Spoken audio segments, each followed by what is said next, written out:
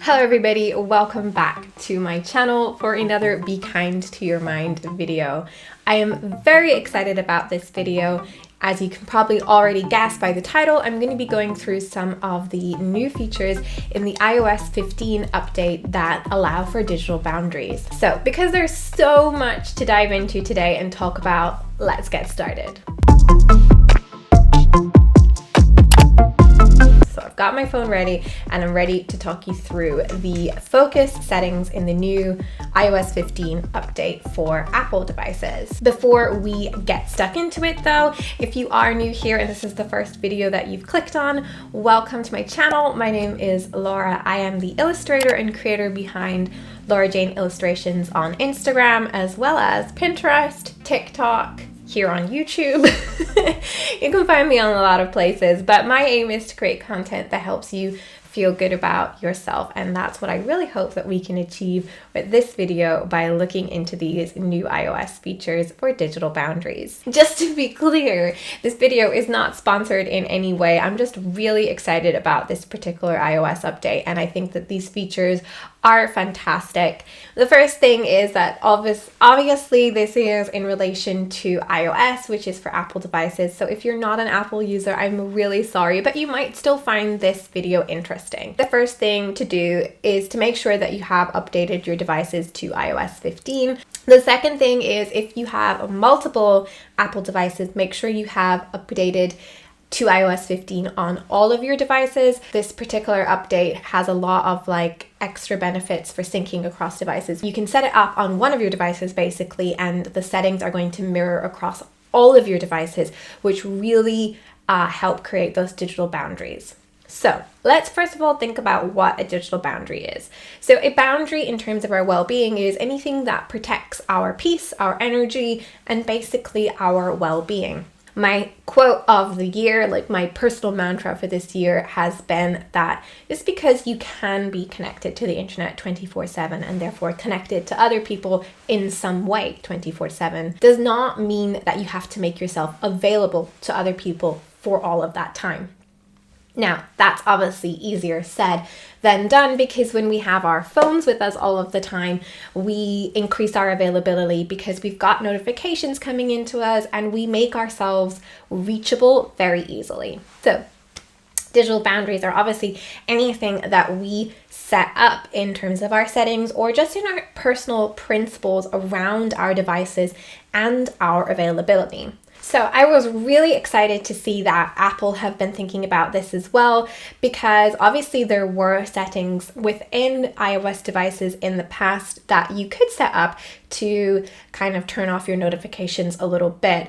But this particular update with the new focus profiles has really taken it up an extra notch. When you pull down your quick settings menu, you'll see your focus profiles here. So mine is currently on work because I've already set up my profiles. To set up your profiles, you're going to have to go to your settings. So in your settings menu now, when you scroll down underneath sounds and notifications, you will see a little section called focus, which has the crescent moon symbol, which was the symbol for do not disturb. When you click into that, you'll see that there are 5 different focus profiles. I don't know why I keep putting the phone up to the camera, it's not focusing.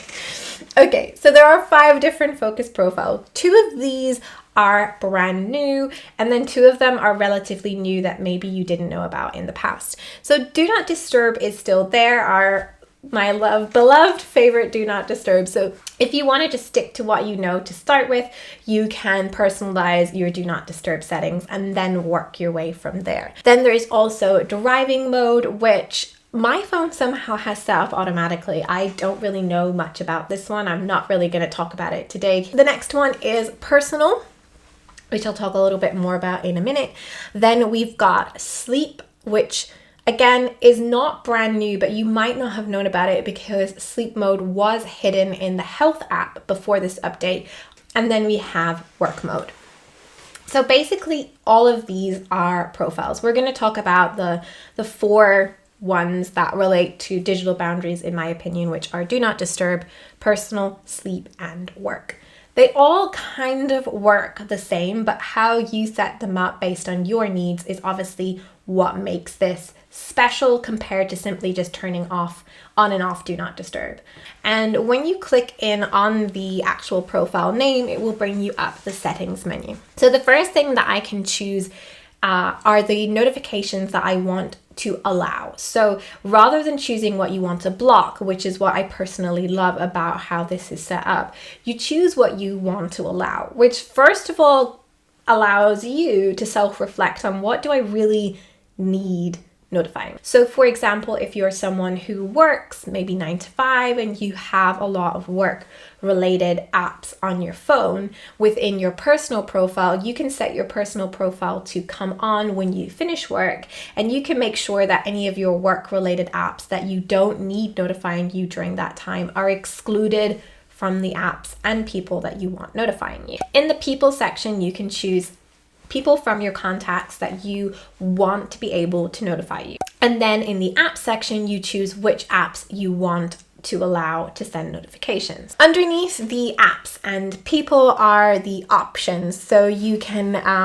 obviously manually turn it on and off here. You can obviously quick turn it on and off from your quick settings menu all of the time. Then you have your home screen settings. So you can choose to hide notification badges or set up custom pages so your home screen will look different when this focus is turned on. I don't actually use those settings, but what I do have is the lock screen settings turned on. So again, you can dim the lock screen and you can turn to have silence notifications show on your lock screen. So I have that turned off, which means any of the apps that are not in my allowed apps won't even come up as banners on my lock screen. They'll go into a separate little banner folder, which will be called focus notifications.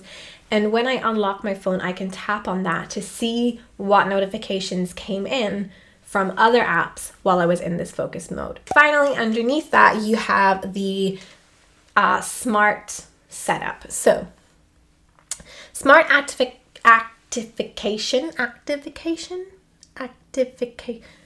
smart turn on, I'm gonna call it, that it activates based on getting to know your patterns. Your phone will turn on this profile when it thinks that maybe you're not at work. I have that turned off because I like to have it set up to come on when I want it to come on, which comes to the second setting, which is setting up a time schedule. So the great thing about this is you can set up multiple time schedules. So for example, my personal mode is set to come on weekdays between 7 p.m. and 7 a.m. So Monday to Friday. I could add another time schedule to that so that my personal mode comes on different times on a Saturday and different times on a Sunday. This is great if your work schedule is different for each day. You can have your personal mode set up to come on at different times for every day of the week if you want to. So it's really personalized. So that's the main settings of the focus modes. We can tweak what different notifications we want blocked based on the different focus mode. So for example, if we click on work, I have different notifications in here and different people in my contacts that I want to be able to notify me when I'm working. And again, obviously the time schedule for this is different. I have it set for 7 a.m. to 7 p.m. on weekdays, which is the opposite obviously to my personal profile. So basically my phone is on some kind of a focus mode all of the time, which means my notifications are always limited, and that protects me to the sense that most of the time I'm really only checking my phone when I want to rather than when my phone calls out for my attention. The last setting that I want to quickly talk to you about, because it's a little bit different, is the sleep mode. So in your sleep mode, the extra kind of setting that you can create around it is your bedtime and your wake up call. So sleep mode creates a wind down mode, which basically puts your phone, it kind of reminds me of like old power saver mode, in that your phone will go dark, and even when you pick it up, it doesn't show you any notifications on your home screen. It will just tell you that your phone is in wind down mode. So it really protects you in that it doesn't show you anything, and it really tries to minimize distractions.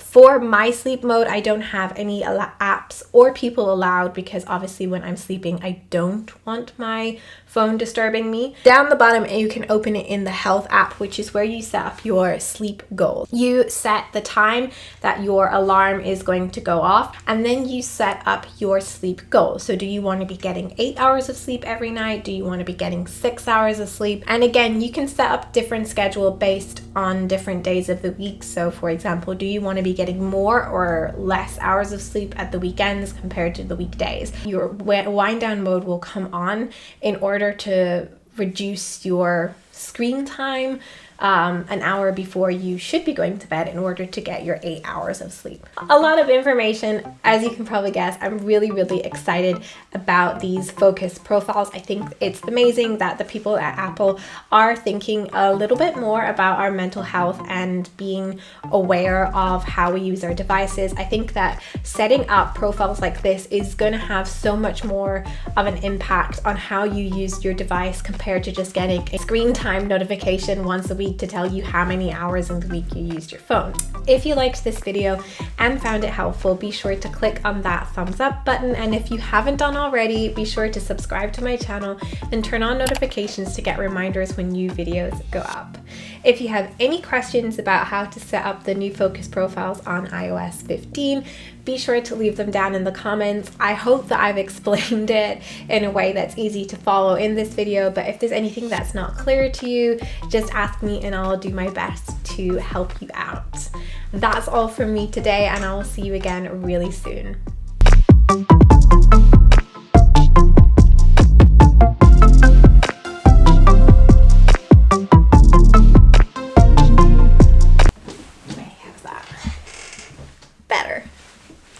That's better. You can still see the reflection of the box light on my glasses, but we're gonna keep going.